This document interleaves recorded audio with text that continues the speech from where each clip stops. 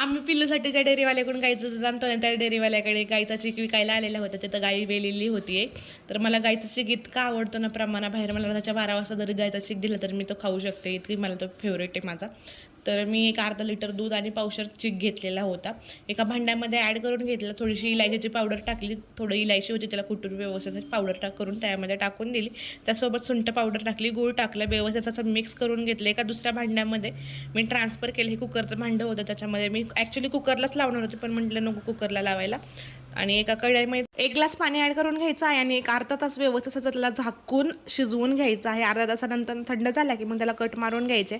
आणि तुम्हाला वाटलं तर त्याला सेट होण्यासाठी एक अर्धा तास तुम्ही फ्रीजमध्ये पण ठेवू शकता. आणि मस्त असं कट करून घेतला आणि मला इतका आवडतो की मी तो गरम गरमच ताटामध्ये वाढून घेतला. थंड होण्याची पण मी वाट बघितली नाही. चला मग तुम्ही पण घरी बनवून खावा, ट्राय करून पहा. आणि तुम्हाला जर माझा व्हिडिओ आवडला तर चॅनलला सबस्क्राईब करा आणि एक घास खाऊन जाता चला बाय.